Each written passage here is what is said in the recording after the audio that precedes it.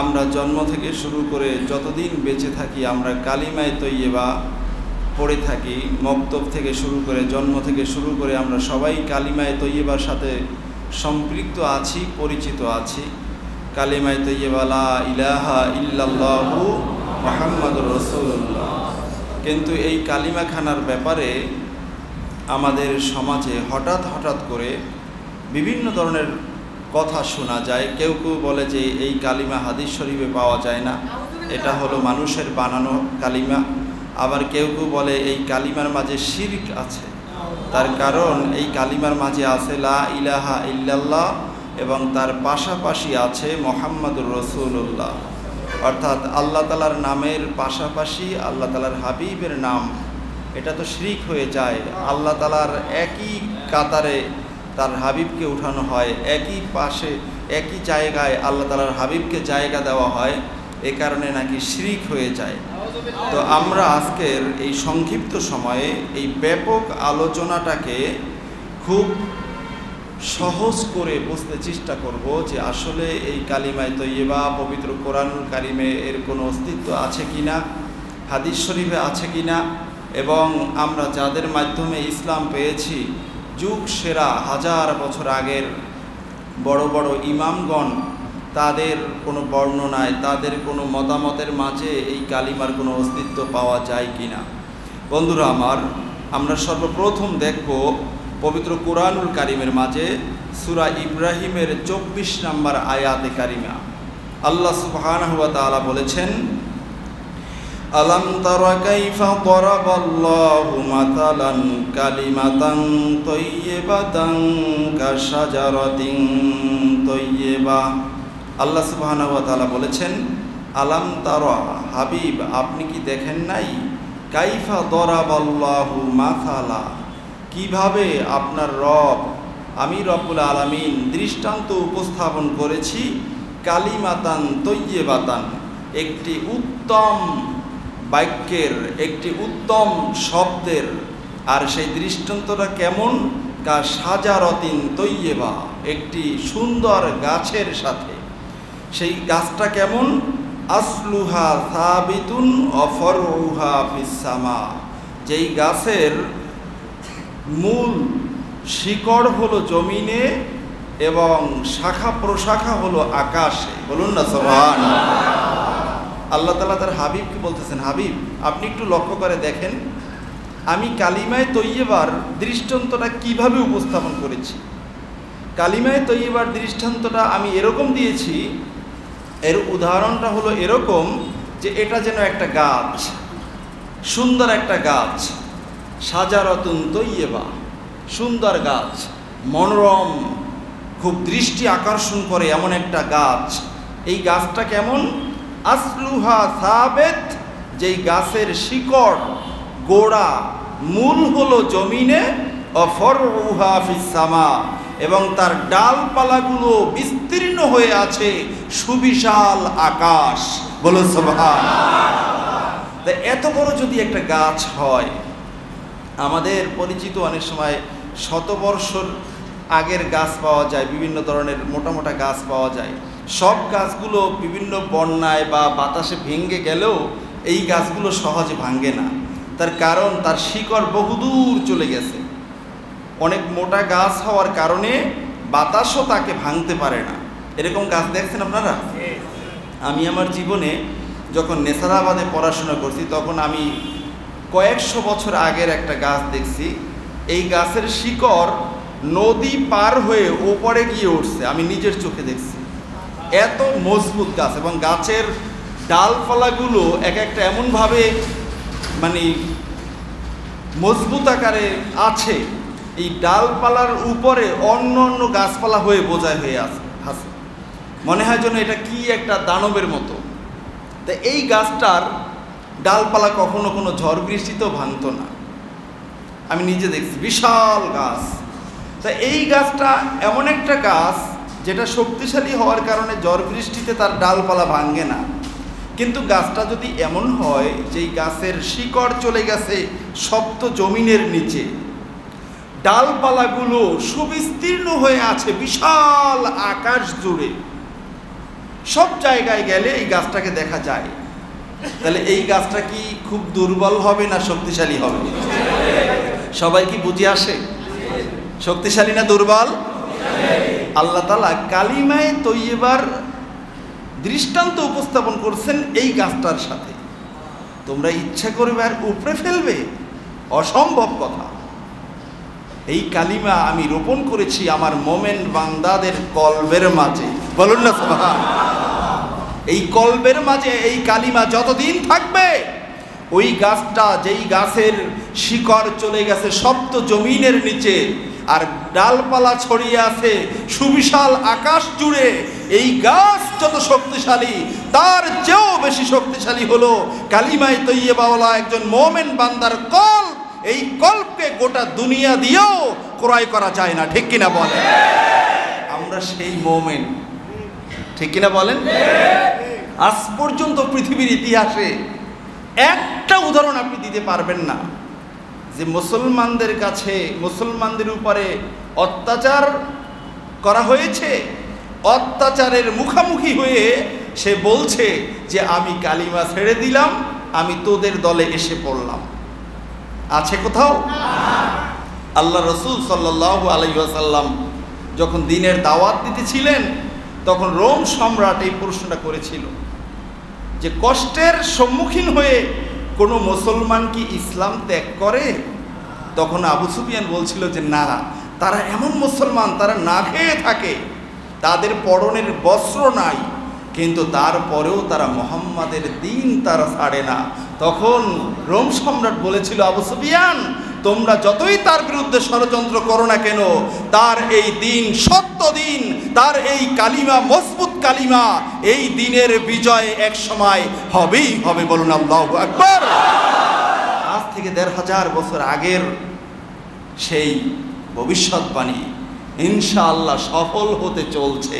ইনশাআল্লাহ আমরা যদি আল্লাহ তাআলা তৌফিক দান করেন, আমরা দেখব এই কালিমার পাওয়ার কত বেশি, ঠিক কিনা বলেন? তাহলে কালিমায়ে তৈয়্যিবার কথা আল্লাহ তাআলা কোরআনে বলছেন কি বলেন নাই? সূরা ইব্রাহিম 24 নম্বর আয়াতে কারিমা আল্লাহ তাআলা নিজেই বলেছেন কালিমাতান তৈয়্যিবা, আমরা যেটাকে কালিমায়ে তৈয়্যিবা বলি। এখন আপনি বলবেন যে হুজুর এই কালিমায়ে তৈয়্যিবা দ্বারা যে আমরা লা ইলাহা ইল্লাল্লাহু মুহাম্মাদুর রাসূলুল্লাহ পড়ে থাকি, এই কালিমা এটা আমরা কেমনে বুঝবো?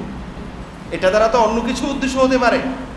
সেই ক্ষেত্রে আমাদেরকে দেখতে হবে 1000 বছর আগের, 1200-1300 বছর আগের বড় বড় মুফাসসিরিনে কেরামগণ তাদের তাফসিরে কি লিখে গেছেন, ঠিক কিনা বলেন?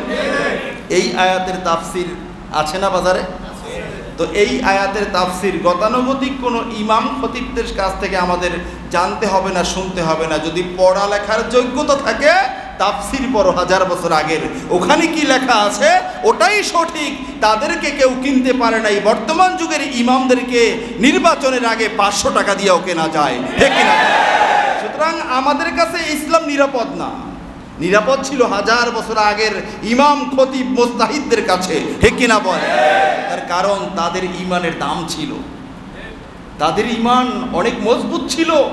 তার কারণ তারা যে কালিমা পড়েছিলেন, ওই কালিমার মূল হলো জমিনে, শাখা হলো আকাশে, বলো সুবহানাল্লাহ। ভাইয়ের আমার, আমরা দেখব তাফসিরের মাঝে কি এসছে। এই কালিমাতান তৈয়্যিবাতান এই আয়াতে কারিমার তাফসিরে ইমাম বুরহানুদ্দিন কিরমানি রহিমাহুল্লাহ তাআলা গারাইবুত তাফাসির ও আজাইবুত তাবিল এই তাফসিরের মাঝে উনি অনেকগুলো তাফসিরের দৃষ্টান্ত উপস্থাপন করেছেন। উল্লেখ করে উনি বলেছেন অকাউলুহু কালিমাতান তৈয়্যিবা, আল্লাহ সুবহানাহু ওয়া তাআলার কথা কালিমাতান তৈয়্যিবাতান সূরা ইব্রাহিমের মাঝে 24 নম্বর আয়াতে কারিমায় কালিমাতান তৈয়্যিবাতান দ্বারা উদ্দেশ্য হলো ইনদা জাল্লিল মুফাসসিরিন, পৃথিবীর সমস্ত উঁচু পর্যায়ের মুফাসসিরিন কিরামগণ বলেছেন যে কালিমাতান তৈয়্যিবাতান হিয়া লা ইলাহা ইল্লাল্লাহু মুহাম্মাদুর রাসূলুল্লাহ সাল্লাল্লাহু আলাইহি ওয়াসাল্লাম, বলুন সুবহানাল্লাহ। ইনদা জাল্লিল মুফাসসিরিন, যত উঁচু পর্যায়ের মুফাসসির তারা সবাই বলেছেন কালিমাতান তয়্যিবাতান দ্বারা উদ্দেশ্য হলো লা ইলাহা ইল্লাল্লাহু মুহাম্মাদুর রাসূলুল্লাহ। তাহলে কোরআনুল কারীমের কালিমাতান তয়্যিবাতান এই দুই শব্দের তাফসিরে উল্লেখযোগ্য মুফাসসিরিনে কেরাম এবং বড় বড় তাফসিরের মাঝে লা ইলাহা ইল্লাল্লাহু মুহাম্মাদুর রাসূলুল্লাহ আছে কি নাই? তাহলে ওনরা যদি এই কালিমা পাশাপাশি উল্লেখ করে থাকেন ওনাদেরকে মুশরিক বলা যাবে? তা ওনরা মুশরিক হলেন কেমনে? ওনরা মুশরিক হয়েছেন আল্লাহ তাআলা যেহেতু কালিমাতান তয়্যিবাতান শব্দটা নাজিল করেছেন, এটার দ্বারা কি উদ্দেশ্য সেই উদ্দেশ্য বুঝতে পারার কারণে, এই উদ্দেশ্য বুঝতে পারার কারণে যদি বড় বড় মুফাসসিরিনে কেরামগণ যদি মুশরিক হয়ে যায় তাহলে তো আমরা কেউ মুসলমানই না, ঠিক কিনা বলেন? ওনাদেরকে, আমাদের পূর্বপুরুষদেরকে যাদের কাছে আমরা সনদ পেয়েছি, যাদের নাম বাদ দিলে আমাদের পর্যন্ত হাদিস পৌঁছবে না, তাদেরকে যদি আমরা বলি মুশরিক, আমার বাবা, আমার দাদা, তার দাদা, তার দাদা, তাদেরকে যদি আমরা বলি খারাপ, তাহলে আমার আর সম্মান থাকলো কই, ঠিক কিনা বলে? তাহলে বন্ধুরা আমার, এখান থেকে আমরা স্পষ্ট বুঝতে পারলাম যে কালিমায়ে তয়্যিবা লা ইলাহা ইল্লাল্লাহু মুহাম্মাদুর রাসূলুল্লাহ এটা কোরআনুল কারীমেও আছে সংক্ষিপ্ত আকারে, তাফসিরে আছে বিস্তারিতভাবে, ঠিক কিনা বলে? এরপরে আমরা আরেকখানা আয়াতে কারিমা দেখব, যে আয়াতে কারিমার ব্যাপারে আমরা সবাই জানি এবং এই আয়াতে কারিমা আমাদের খুব পরিচিত। আল্লাহ সুবহানাহু ওয়া তাআলা কোরআনুল কারীমে সূরাতুল ইনশিরাহ এর মাঝে বলেছেন ওয়ারাফা'না লাকা যিকরাক, হাবিব আমি আপনার জিকিরকে সমুন্নত করেছি। বলুন না সুবহানাল্লাহ। আল্লাহ তাআলা তার হাবিবকে বলেছেন, হাবিব আমি আপনার জিকিরকে, আপনার নামের উচ্চারণকে, আপনার মর্যাদাকে, আপনার সম্মানকে, আপনার বিভিন্ন আলোচনাকে আমি সমুন্নত করেছি। এই আয়াতে কারিমার তাফসিরের মাঝে পৃথিবী বিখ্যাত তাফসিরে হিদায়া ইলা বুলুগিন নিহায়া, এই কিতাবের মাঝে উল্লেখ করা হয়েছে যে ওয়ারাফা'না লাকা যিকরাক আয় লা উযকারু ইল্লা যুকিরতা মাই ওয়া যালিকা কাউলুল মুমিনিন লা ইলাহা ইল্লাল্লাহু মুহাম্মাদুর রাসূলুল্লাহ। বলেন সুবহানাল্লাহ। এখানে কি বলা হয়েছে? আল্লাহ তাআলা বলেছেন ওয়ারাফা'না লাকা যিকরাক, এর অর্থটা হলো যে হাবিব আমি রবের জিকির করা হবে, আপনি আমার বন্ধুর জিকির করা হবে না এমনটা নয়, বরং আমি রবের জিকির যেই যেই জায়গায় হবে আপনি আমার বন্ধুর জিকিরও একই একই জায়গায় হবে। বলুন সুবহানাল্লাহ। তার মানিটা হলো ওয়াযালিকা কাউলুল মুমিনিন, আর এর বাস্তব উদাহরণ হচ্ছে মুমিন বান্দাদের কথা। কি সে মুমিন বান্দাদের কথা? লা ইলাহা ইল্লাল্লাহু মুহাম্মাদুর রাসূলুল্লাহ। হাবিব আপনি কি দেখেন না জমিনে যারা কালিমা পড়ে মুসলমান হতে চায় তারা শুধু লা ইলাহা ইল্লাল্লাহ বললে মুসলমান হতে পারে না, লা ইলাহা ইল্লাল্লাহর পাশাপাশি আপনি আমার হাবিবের নাম উচ্চারণ করতে হয়, অর্থাৎ মুহাম্মাদুর রাসূলুল্লাহ বলতে হয়। এক তাওহীদের উপর ঈমান আনবে, দ্বিতীয়ত রিসালাতের উপর ঈমান আনবে, দুটির সমন্বয় হলো ঈমান। বলুন না সুবহানাল্লাহ। তাহলে আমি রবের জিকির যেখানে হবে আপনি আমার বন্ধু, আমার হাবিব, আপনার জিকিরও সেখানে হবে। কালিমায়ে তয়্যিবা তাহলে তাফসিরের মাঝে আসছে কি আসে নাই? এবং এই তাফসির কোথা থেকে পেল? কোরআনুল কারীমের আয়াতে কারিমা তেলাওয়াত করে সেখান থেকেই মুফাসসিরিনে কেরামগণ বুঝতে পেরেছেন যে এই আয়াতে কারিমার মাঝে আল্লাহ সুবহানাহু ওয়া তাআলা কালিমায়ে তয়্যিবার কথা বলেছেন। বলুন সুবহানাল্লাহ। এখন আমরা কি বড় বড় ইমামদের কথা মানবো নাকি বর্তমানে আমাদের মসজিদের ইমাম খতিবদের কথা মানবো? কি বলেন? বড় বড় আগের যুগের ইমামদের কথা মানার দরকার আছে কি নাই? তাদেরকে বাদ দেন, 200 বছর আগে যেই সমস্ত ইমামরা ছিল তাদেরকে বাদ দেন, আপনি মুসলমানই থাকবেন না, ঠিক কিনা বলেন? কারণ ইসলাম পাইবেন কেমনে? ইসলাম তো পেয়েছি আমরা এই সিনা বা সিনা, একজনের মাধ্যমে একজন, একজনের মাধ্যমে একজন। এ কারণে আল্লামা কুস্তুলানী রাহিমাহুল্লাহ তাআলা ব্যাখ্যা লিখেছেন বুখারী শরীফের ইরশাদুস সারি শরহু সহিহিল বুখারী, ওনার একটা লেখা কিতাব মাওয়াহিবুল লুদুনিয়া, এই কিতাবের মাঝে উনি খুব সুন্দর করে বলেছেন যে আল্লাহ সুবহানাহু ওয়া তাআলার দরবারে শুকরিয়ার কালিমা উচ্চারণ করে শেষ করার মতো নয়। তার কারণ আমাদেরকে আল্লাহ তাআলা শেষ জামানার নবীর উম্মত বানাইছেন। বলুন না সুবহানাল্লাহ। কেন আমাদেরকে শেষ জামানার নবীর উম্মত বানাইছেন? এত শুকরিয়া কেন? এত শুকরিয়ার অনেকগুলো কারণ আছে। এর মাঝে একটা কারণ হলো এই নবীর উম্মতেরা তারা দ্বীনের অংশ। বলুন সুবহানাল্লাহ।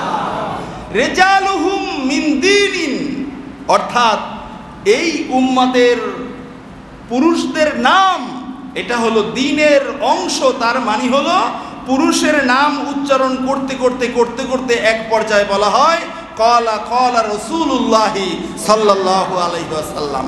এই ক্বালা রাসূলুল্লাহি সাল্লাল্লাহু আলাইহি ওয়াসাল্লামের আগে যতজন পুরুষের নাম তাদের মাধ্যমেই ওই হাদিস এই ১৫০০ বছর পর্যন্ত এসেছে। ঠিক কিনা বলেন?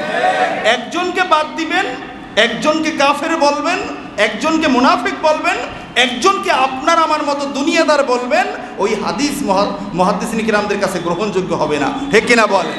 তাহলে ইলমে হাদিসের মাধ্যমে আমাদের দ্বীন ইসলামের শরিয়াতের অনেক মাসলা মাসাইল আছে কি নাই? এই কোরআন হাদিস ইজমা কিয়াস এটাই তো হলো আমাদের শরিয়তের মূল ভিত্তি। ঠিক কিনা বলে?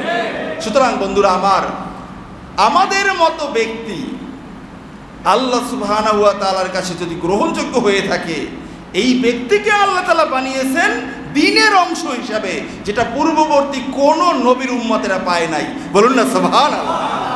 আমাদের নবীর হাদিসগুলো যেমনিভাবে সংরক্ষণ করা হয়েছে, অন্য কোনো নবীর উম্মতের অন্য কোনো নবীদের হাদিসকে তার উম্মতেরা কি এরকম সংরক্ষণ করছে? করে নাই। তার মানে ওই যুগের নবীর উম্মতের নামটা ওই দ্বীনের মাঝেও নাই। ঠিক কিনা বলে? বন্ধুরা আমার,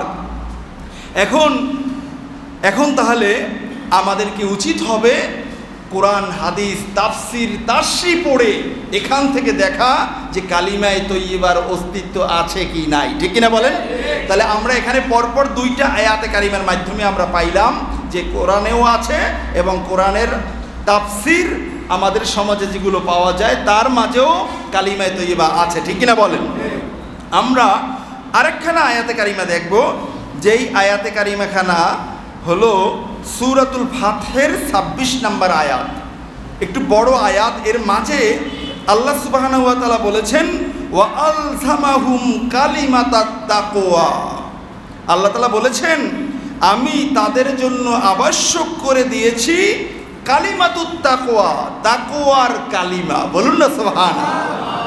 ওয়া আলজামাহুম, আমি তাদের জন্য লাজিম করে দিয়েছি, আবশ্যক করে দিয়েছি, অপরিহার্য করে দিয়েছি। এটাকে ত্যাগ করলে চলবে না। সেটা কি? কালিমাতাত তাকওয়া, তাকওয়ার কালিমা। বলুন না সুবহানাল্লাহ। এটা আমাদের জন্য আবশ্যক। আর এই কালিমাতুত তাকওয়ার মানে কি?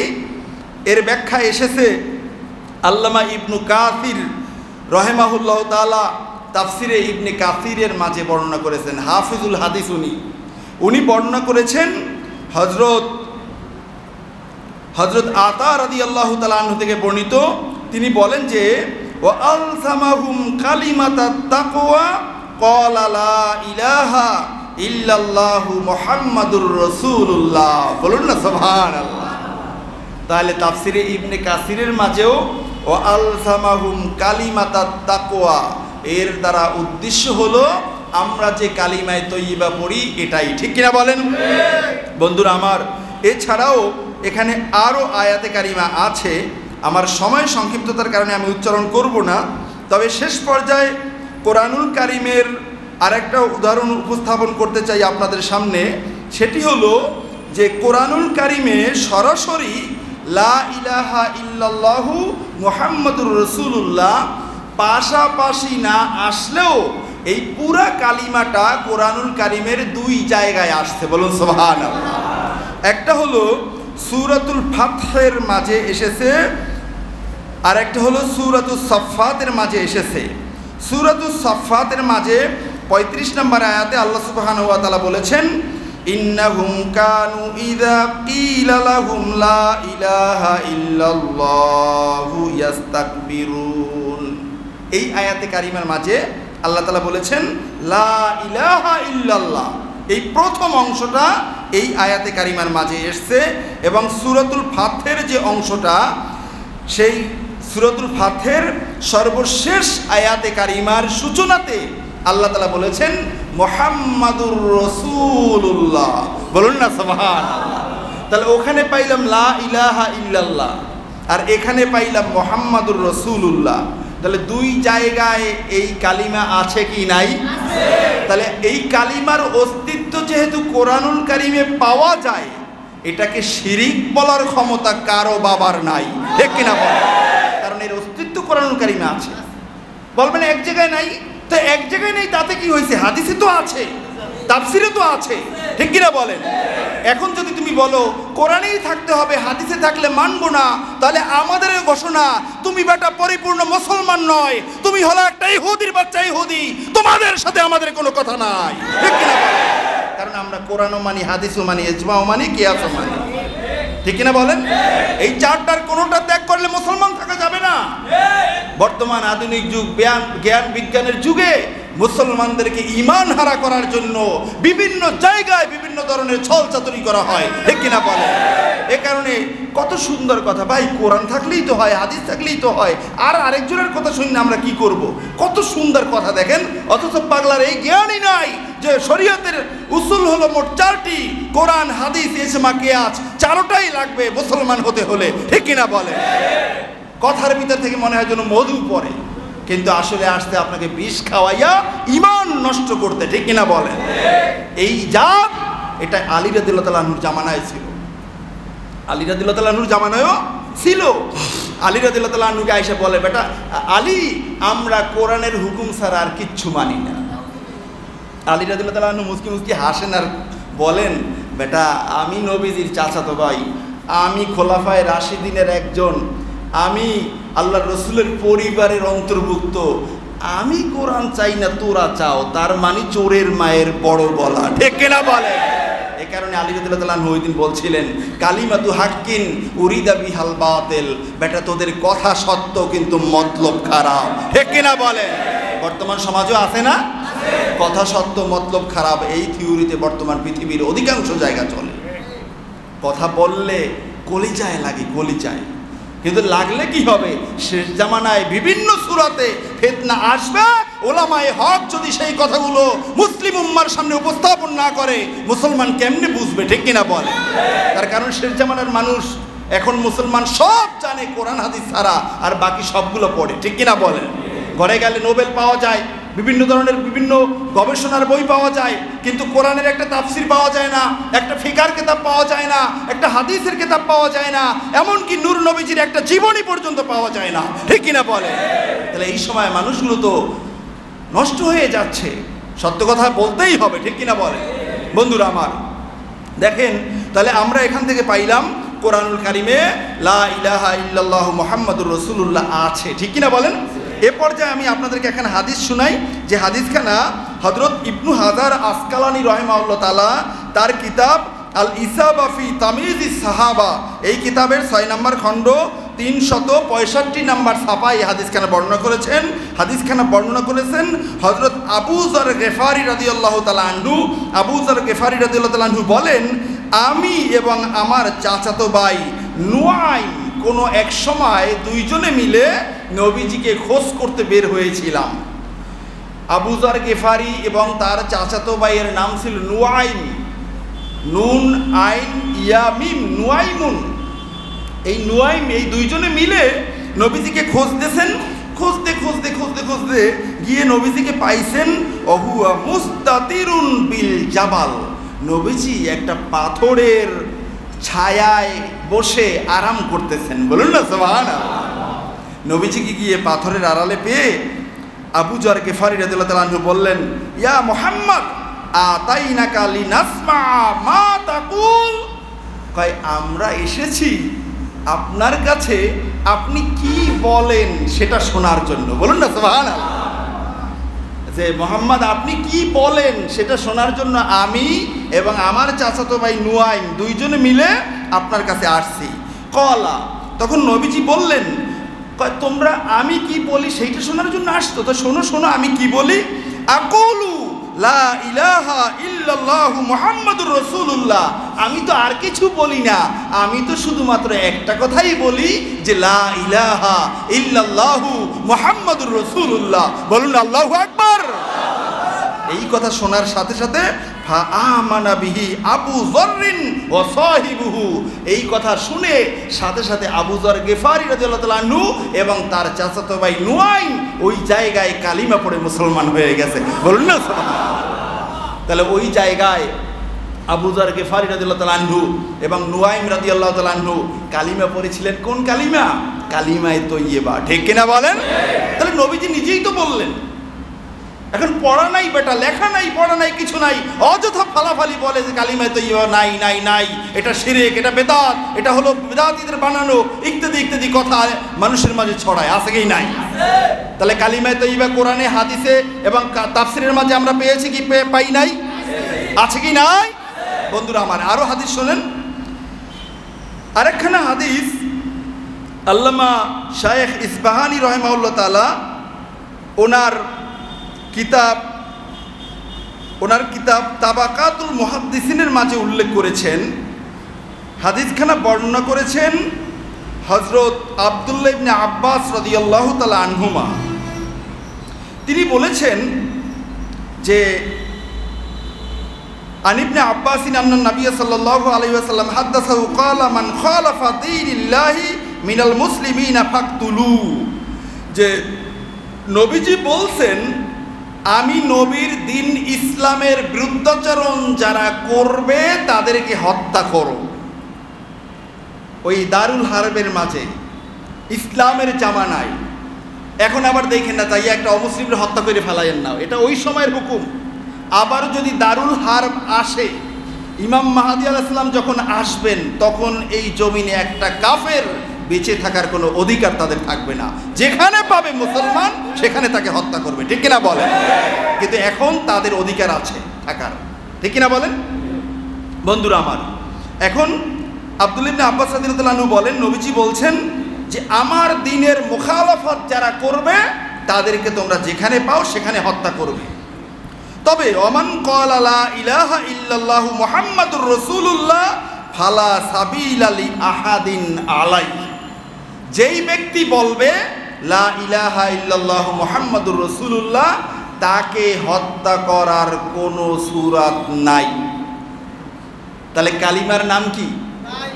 লা ইলাহা ইল্লাল্লাহু মুহাম্মাদুর রাসূলুল্লাহ। এই কালিমা যে পড়বে তাকে তোমরা হত্যা করবে না। তবে একটা সূরাত আছে, সেটা হলো মান আসাবা হাদ্দান ফাইন্নাহু ইউকামু আলাই। এই কালিমা পড়ার পরেও যদি কোনো একজন মুসলমান আরেকজন মানুষকে হত্যা করে ফেলে, তাহলে তার হত্যার পরিবর্তে তাকে হত্যা করতে হবে, তার উপরে হদ কায়েম করতে হবে, কিসাস হিসাবে তাকে হত্যা করতে হবে। এছাড়া কোনো মুসলমান আরেকজনকে হত্যা করতে পারবে না যতক্ষণ সে কালিমা পড়ে আছে। ঠিক কিনা বলে? তাহলে কালিমার অপর নাম হলো জীবন। কালিমার অপর নাম কি? তাকে মারবে, তাকে হত্যা করবে, কিন্তু পড়ে ফেলছে লা ইলাহা ইল্লাল্লাহু মুহাম্মাদুর রাসূলুল্লাহ, আর সাথে সাথে তাকে আর মারা যাবে না। ঠিক কিনা বলেন? এই কারণে আপনারা ওই যে পরিচিত হাদিস শুনছেন না, আলী রাদিয়াল্লাহু তাআলা আনহু জিহাদের ময়দানে গেছেন, যাওয়ার পরে কাফেরের পিছনে ধাওয়া করতেছে, কাফেরকে ধাওয়া করতে করতে করতে করতে একটা জায়গায় গিয়ে কাফেরকে মাটিতে ঠেকিয়ে দিয়েছে, মাটিতে শুয়ে পড়ে তখন ওই লোকটা পড়ে ফেলছে লা ইলাহা ইল্লাল্লাহু মুহাম্মাদুর রাসূলুল্লাহ। এই কালিমা পড়ার পরে আলী রাদিয়াল্লাহু তাআলা আনহু অন্য আরেক সাহাবী এরপরেও তাকে হত্যা করে ফেলছে। সাহাবীরা এসে নবীজির কাছে বললেন যে ইয়া রাসূলুল্লাহ, ইয়া হাবিবাল্লাহ, অমুক একজন ব্যক্তি তার পিছনে অমুকে ধাওয়া করতেছিল, ধাওয়া করতে করতে এক পর্যায়ে যখন পেয়ে গেছে তাকে, লোকটা পড়ে ফেলছে লা ইলাহা ইল্লাল্লাহু মুহাম্মাদুর রাসূলুল্লাহ, এরপরেও তাকে অমুকে হত্যা করছে। তখন নবীজি জিজ্ঞেস করছে তাই নাকি, তুমি তাকে হত্যা করছো কালিমা পড়ার পরেও?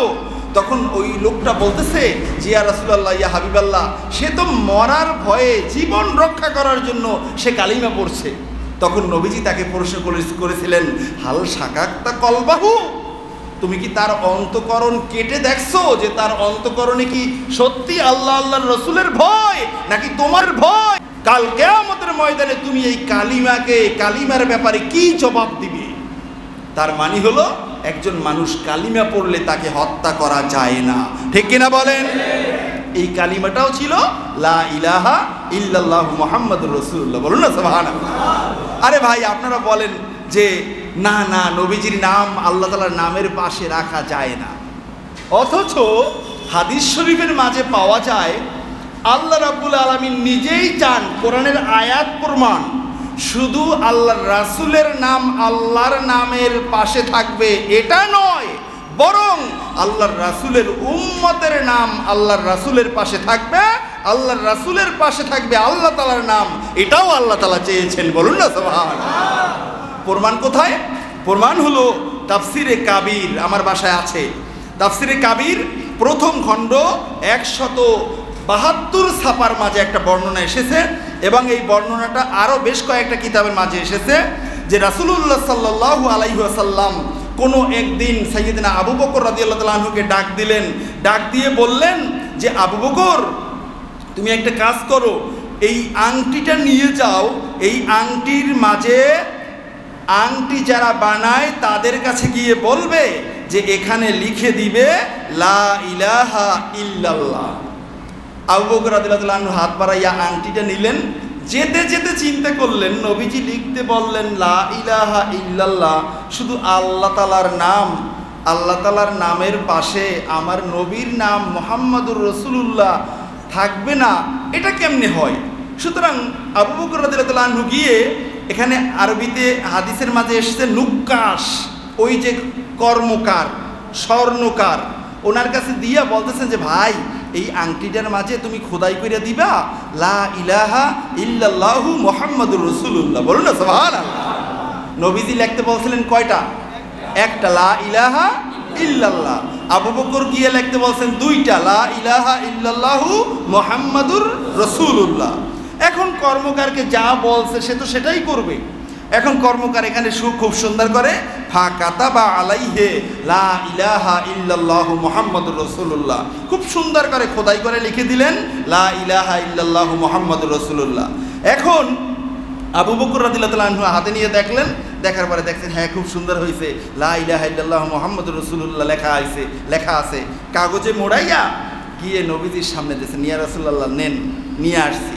নবীজি খুলে দেখতেছেন কি রে, আমি লিখতে বললাম লা ইলাহা ইল্লাল্লাহ, এখানে লেখা লা ইলাহা ইল্লাল্লাহু মুহাম্মাদুর রাসূলুল্লাহ আবু বকর সিদ্দিক, আল্লাহু আকবার। কয়টা লেখা, কয়টা কালিমা? তিনটা। এখন নবীজি আবু বকরকে ডাক দিলেন, আবু বকর মা হাযিহি জিয়াদা, এটা তুমি কি করছো? এখানে অতিরিক্ত লেখা যে, আমি তোমাকে লিখতে বললাম লা ইলাহা ইল্লাল্লাহ, অথচ তুমি কত বড় কালিমা লিখে আনছো, ঘটনা কি? তখন আবু বকর রাদিয়াল্লাহু তাআলা আনহু সামনে আগাই দেখতেছেন যে কি লেখা, লা ইলাহা ইল্লাল্লাহু মুহাম্মাদুর রাসূলুল্লাহ আবু বকর সিদ্দিক। এবারে আবু বকর সিদ্দিক রাদিয়াল্লাহু তাআলা আনহু চিন্তা করলেন, কি রে আমি না লেখা দেখলাম লা ইলাহা ইল্লাল্লাহু মুহাম্মাদুর রাসূলুল্লাহ, এখন দেখি আনতে আনতে এখানে আমার নামটাও উঠে গেছে, ঘটনা কি? এখন আবু বকর সিদ্দিক রাদিয়াল্লাহু তাআলা আনহু বলতেছেন, ইয়া রাসূলুল্লাহ ইয়া হাবিবাল্লাহ মা রাদিতু আন উফাররিকা ইসমা আন ইসমিল্লাহ, আমি চাই নাই আপনার নাম মোবারক আল্লাহ তাআলার নাম মোবারক আলাদা হবে, আল্লাহ তাআলার নাম মোবারকের সাথে আপনার নাম মোবারক থাকবে, সেটা আমি আবু বকর চেয়েছি। ও আম্মাল বাকি মা কুলতুলা, আল্লাহর কসম করে আমি বলছি ইয়া রাসূলুল্লাহ বাকি আমার নামটার ব্যাপারে আমি কিছু জানি না। আল্লাহু আকবার। আবু বকর রাদিয়াল্লাহু তাআলা আনহু থমরে দাঁড়িয়ে আছেন, রাসূলুল্লাহ আবু বকরের চেহারা দিকে তাকিয়ে আছেন। আল্লাহ তাআলা সব দেখেন কি দেখেন না? সাথে সাথে আল্লাহ তাআলা জিবরাইল আমিনকে পাঠিয়েছেন, জিবরাইল যাও আমার হাবিবের সাথে। আবু বকরের কোনো দোষ নাই, আবু বকর চেয়েছে আমি আল্লাহর নাম যেন আমার হাবিবের নাম থেকে আলাদা না হয়, আর আমি আকাশের মালিক, আমি নিজে কুদরতিভাবে আমার হাবিবের নাম মোবারক থেকে আবু বকরের নাম আলাদা হবে সেটা আমি রব চাই নাই, এ কারণে আমি রব নিজের কুদরতি হাতে আংটিতে আবু বকরের নাম লিখে দিয়েছি। আল্লাহু আকবার। আল্লাহ তাআলা শিরিক করছেন না? শিরিক কি? মারাত্মক আকারে শিরিক। নবীর নামও না, নবীর উম্মতের নাম লেখছে কালিমার সাথে। এটা কেমন শিরিক? শিরিক শিরিক বলে শুধু ফাল পারে। আর আল্লাহ তাআলা আল্লাহর নিজের নামের পাশে হাবিবের নাম, হাবিবের নামের পাশে হাবিবের উম্মতের নাম লেখছেন। আছে কি নাই? তাফসিরে কাবির পারলে সব পুইরা ফালান, সারা দুনিয়ায় আছে তাফসিরে কাবির। আল্লামা ফখরুদ্দিন রাজি রহমাল্লাহ তাআলা, আমি অনেক আগে আপনাদেরকে বলছিলাম 32 খণ্ডের তাফসির আমার বাসায় আছে। 32 খণ্ডে, এই মাটি থেকে এই পর্যন্ত হবে উঁচু। এই তাফসিরের মাঝে কোরআনের তাফসির করতে গিয়ে আল্লামা ফখরুদ্দিন রাজি ডাক্তারিটা পর্যন্ত বাদ দেন নাই। ডাক্তারি পর্যন্ত এই তাফসিরের ভিতর নিয়ে আসছে, কবিরাজি পর্যন্ত নিয়ে আসছে। ওখানে বর্ণনা আছে প্রথম খণ্ডের, এই বর্ণনাটার প্রায় 150-200 পৃষ্ঠা আগেই ওখানে একটা বর্ণনা আছে যে রোম সম্রাট মাথা ব্যথা হতো, ওমর রাদিয়াল্লাহু আনহুর কাছে চিঠি পাঠাইছেন যে হুজুর আমার শুধুমাত্র মাথা ব্যথা করে, আমার মাথা ব্যথা দুনিয়ার কোনো ডাক্তার ভালো করতে পারে না, তা আপনি তো আল্লাহর রাসূলের সাহাবী, আপনি দয়া করে আমার জন্য একটু দোয়া করেন আমার মাথা ব্যথাটা যাতে ভালো হয়ে যায়। তখন ওমর রাদিয়াল্লাহু আনহু তার জন্য একটা টুপি পাঠাইছেন। টুপি বলছে যে তুমি এই টুপিটা মাথায় দাও, দিলেই তোমার মাথা ব্যথা ভালো হয়ে যাবে। এখন উনি দেখতেছেন টুপিটা মাথায় উঠায় মাথা ব্যথা নাই, আবার মাথা থেকে নামায় মাথা ব্যথা শুরু হয়ে যায়। কিরে ঘটনা কি? টুপিটা নাড়ায় চাড়ায়। টুপির ভিতরে কি কারামত? টুপি মাথায় দিলে মাথা ব্যথা থাকে না, আবার টুপি মাথায় দিয়ে নামাইলে আবার মাথা ব্যথা আসে। টুপিটা ছিঁড়ে দেখে কি ভিতরে আর কিচ্ছু নয়, একটা তাবিজ। তাবিজের মাঝে লেখা শুধুমাত্র বিসমিল্লাহির রহমানির রহিম। বলুন না আল্লাহু আকবার। এই বর্ণনা থেকে ওলামায়ে কেরাম ফতুয়া দিয়ে থাকেন কোরআন হাদিসের বাণী দিয়ে যদি কেউ তাবিজ ব্যবহার করে সেটা জায়েজ, সেটা সুন্নতে সাহাবা। আবু হুরায়রা রাদিয়াল্লাহু তাআলা আনহু ঝাড়ফুঁক করছেন, ওখান থেকে হাদিয়া পেয়েছেন। নবীজি শোনার পরে বলতেছেন আবু বকর তুমি কেমনে বুঝলা এটা দিয়ে ঝাড়ফুঁক করতে হয়? তুমি হাদিয়া পাইছো ছাগল, কই ছাগলের কোনো অংশ আছে তোমার সাথে? আমাকে একটু দাও, আমিও খাই। বলুন না আল্লাহু আকবার। তাহলে ঝাড়ফুঁক এবং তাবিজ কোরআন হাদিস থেকে যদি হয় সেটা জায়েজ, সেটা সুন্নতে সাহাবা। আর যদি হয় শিয়ালের পশম, পুরান কবরের মাটি, চিতার মাটি, মরা মাইশের হাড্ডি, নিম গাছের কাটা ইত্যাদি আছে না, এগুলো দিয়ে যদি হয় সেগুলো হলো শিরক। এখন বর্তমান সমাজে খালি ছেলেকে বিয়ে করাইছে, বউয়ের সাথে পারে না, একটা তাবিজ লাগাই দেয়, আছে না? তাবিজ আনতে লাগে কত? 51 টাকা। তাবিজ আনতে লাগে কত? 101 টাকা। শয়তানির লিমিট থাকা দরকার। এই কোন শয়তানি? 101 টাকাই দিতে হবে তাকে। 1 টাকা তো বাটি চালান দিয়ে কোথাও পায় না, 7 দোকান ঘুরে 1 টাকা পাইছে, এরপর 101 টাকা দিয়েছে, এটা দিতেই হবে তাকে। আইনে তাবিজ একটা লাগায়, এটা হলো এই কালো জাদু। এটা হলো শিরক। যারা করে যাক, এগুলো সবগুলো হলো শিরক। কালো জাদু আছে, বিশ্বাস আমার আছে, কিন্তু কালো জাদুর উপরে বিশ্বাস করে আমি এনে আপনাকে করব, এটা জায়েজ না, এটা হারাম। করলে ঈমান চলে যাবে, ঠিক কিনা বলেন বন্ধুরা আমার? তাহলে আল্লাহ রাব্বুল আলামিনের নামের পাশাপাশি আল্লাহর হাবিবের নাম, আল্লাহ তাআলার হাবিবের নাম এসছে, আর আল্লাহ রাব্বুল আলামিন আল্লাহর হাবিবের নামের পাশে আল্লাহর হাবিবের উম্মতের নামটাও এনেছেন। জোরে সোরে বলেন না সুবহানাল্লাহ। কালিমা আছে না নাই? বন্ধুরা আমার, মজার কথা কি জানেন? আমরা দুনিয়াতে বসে লা ইলাহা ইল্লাল্লাহ মুহাম্মাদুর রাসূলুল্লাহ পড়ে শিরক করে তাদের দৃষ্টিতে যখন পাক্কা মুশরিক হয়ে যাব, তখন আমাদের ঈমানটা চলে যাবে। চলে গেলে আমরা চলে যাব জান্নাতে। জান্নাতে গিয়ে দেখবো জান্নাতের প্রত্যেকটা দরজায় দরজায় এই কালিমা লেখা, লা ইলাহা ইল্লাল্লাহ মুহাম্মাদুর রাসূলুল্লাহ। বলুন না সুবহানাল্লাহ। আরে জান্নাতের হুরের আশায় ইবাদত করেন মিয়া, ওই জান্নাতের হুরের কোনো সৌন্দর্যই নাই। জান্নাতের হুরকে সাজানো হয়েছে আমার নবীর নাম মোবারক মুহাম্মদ দিয়ে। বলুন না সুবহানাল্লাহ। হুরের চেহারার দিকে তাকাবেন, এত সুন্দর, কিরে এত সুন্দর, এত সুন্দর।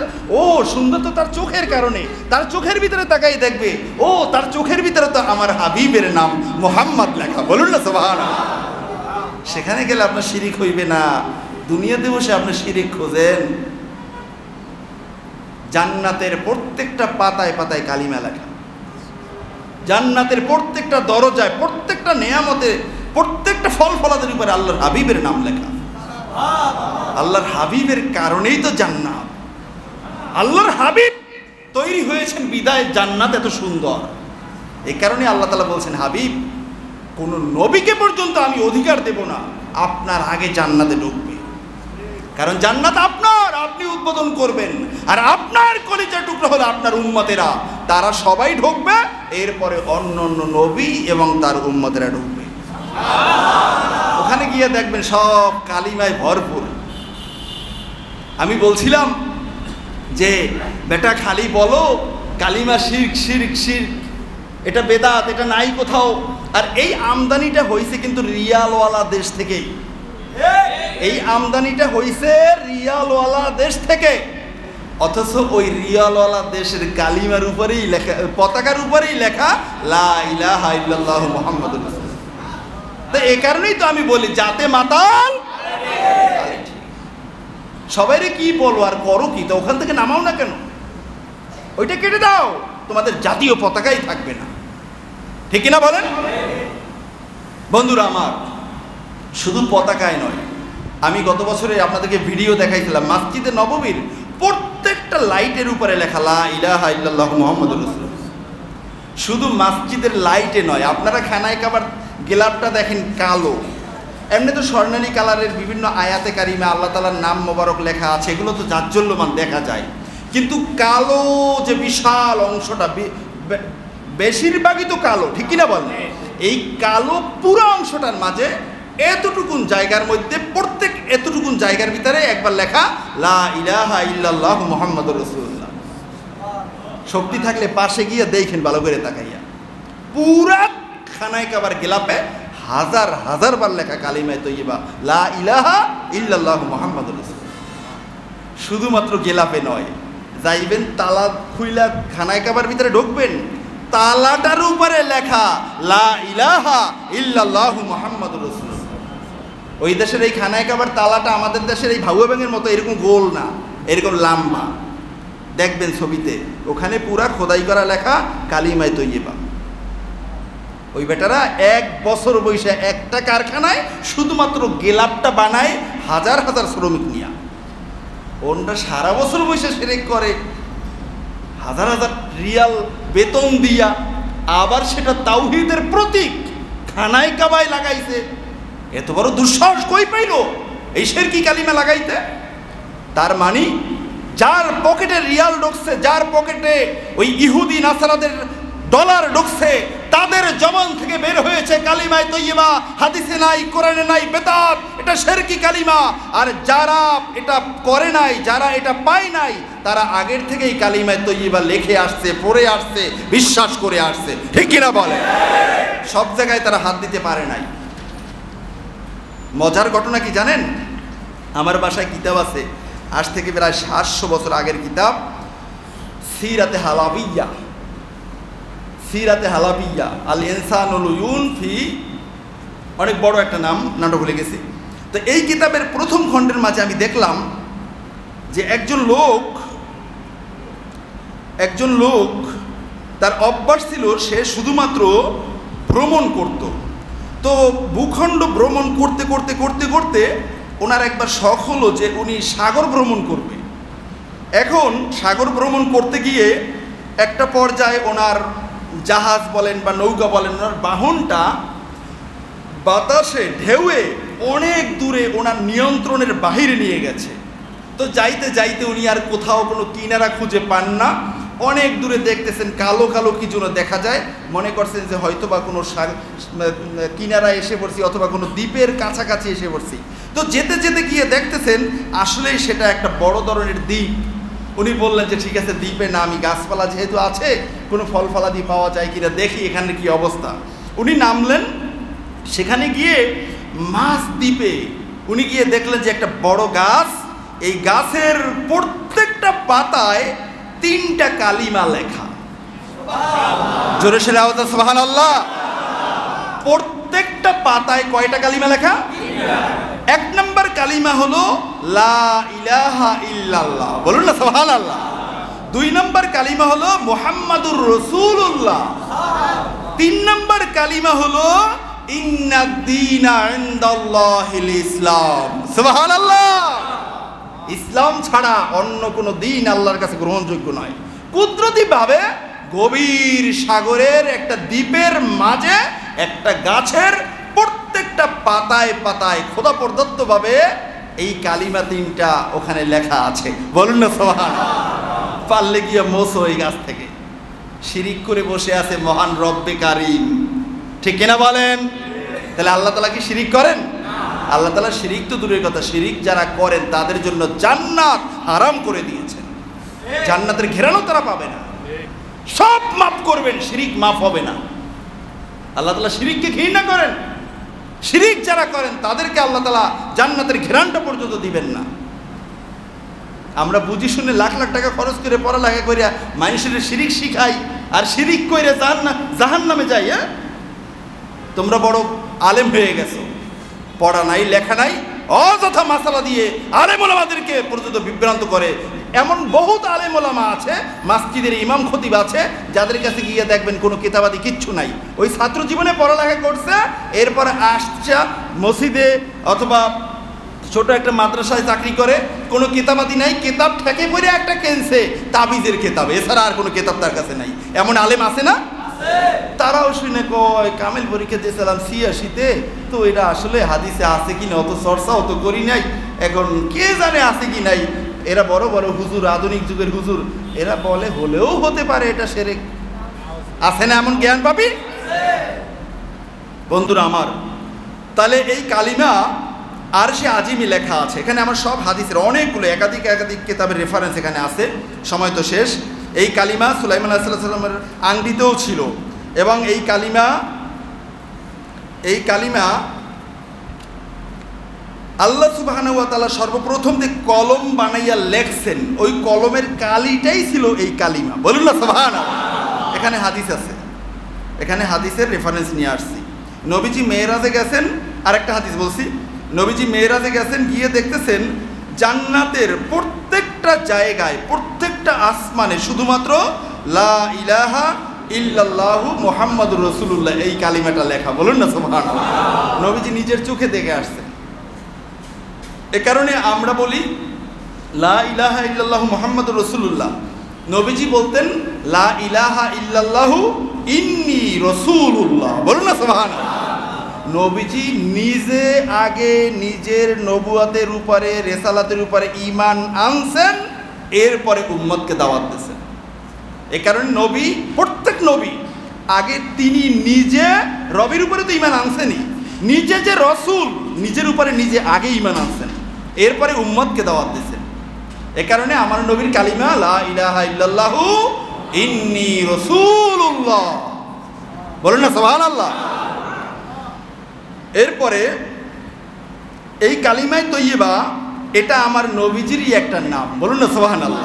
এখানে স্পষ্ট বলা হয়েছে যে ফাইন্না ইসমাকা মাকতুবুন আলাল আরশ, ও আমার হাবিব আপনার নাম আরশে আজিমে লেখা লা ইলাহা ইল্লাল্লাহু মুহাম্মাদুর রাসূলুল্লাহ। বলুন না সুবহানাল্লাহ।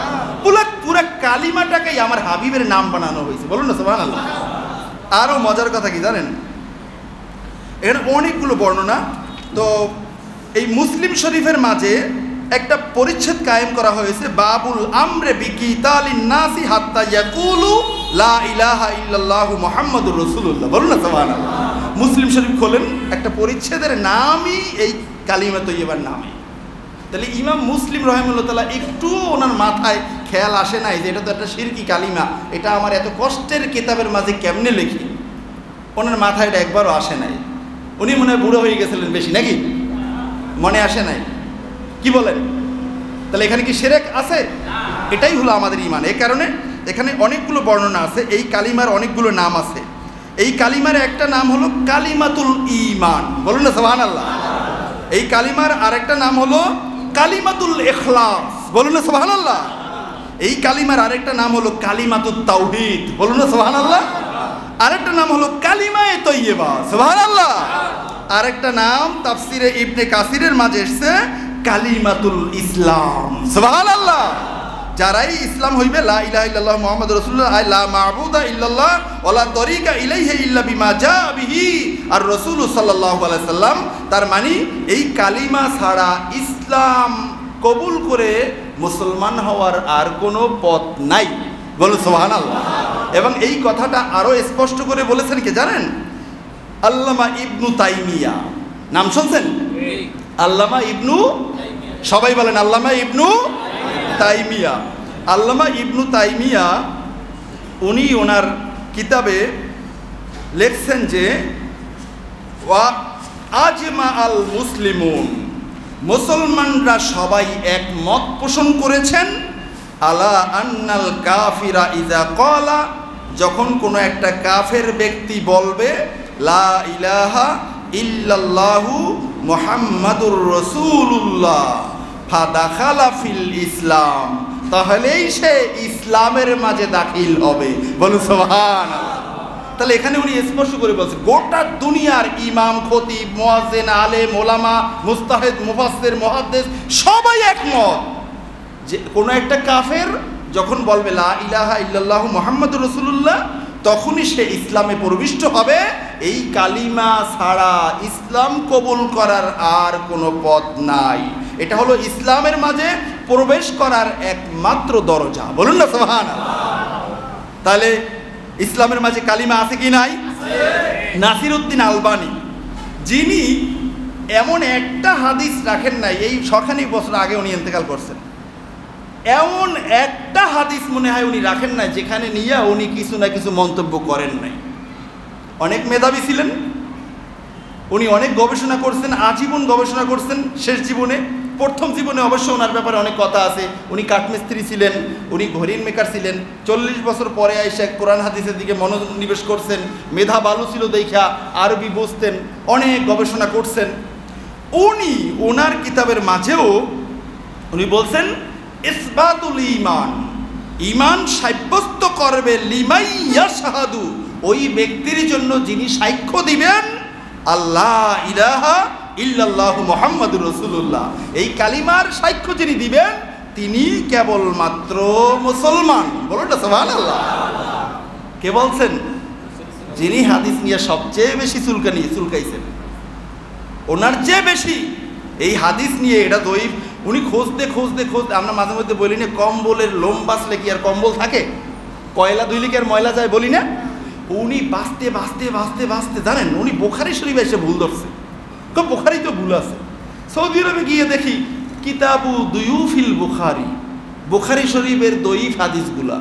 আমি কই সুবহানাল্লাহ, সারা জীবন জানলাম কিতাবুল্লাহ কোরআনুল কারীমের পরে বুখারী শরীফ সবচেয়ে শুদ্ধ গ্রন্থ। এখানেও নাসিরউদ্দিন আলবানী কিতাবু দুয়ুফিল বুখারী হাদিসগুলো উনি এখানে আনছেন।